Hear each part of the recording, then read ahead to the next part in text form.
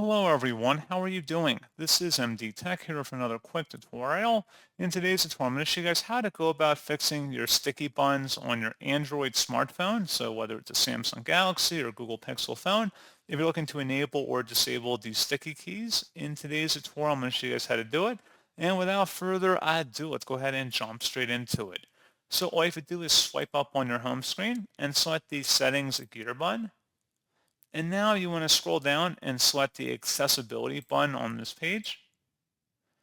And then you want to scroll down until you get to the physical keyboard options center and then select where it says sticky keys. Press one key at a time for shortcuts instead of holding keys down together.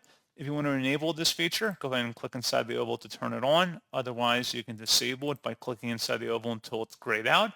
And that's all you have to do. So pretty straightforward process, guys. And as always, thank you for watching. I do hope I was able to help you out. And I do look forward to catching you all in the next tutorial. Goodbye.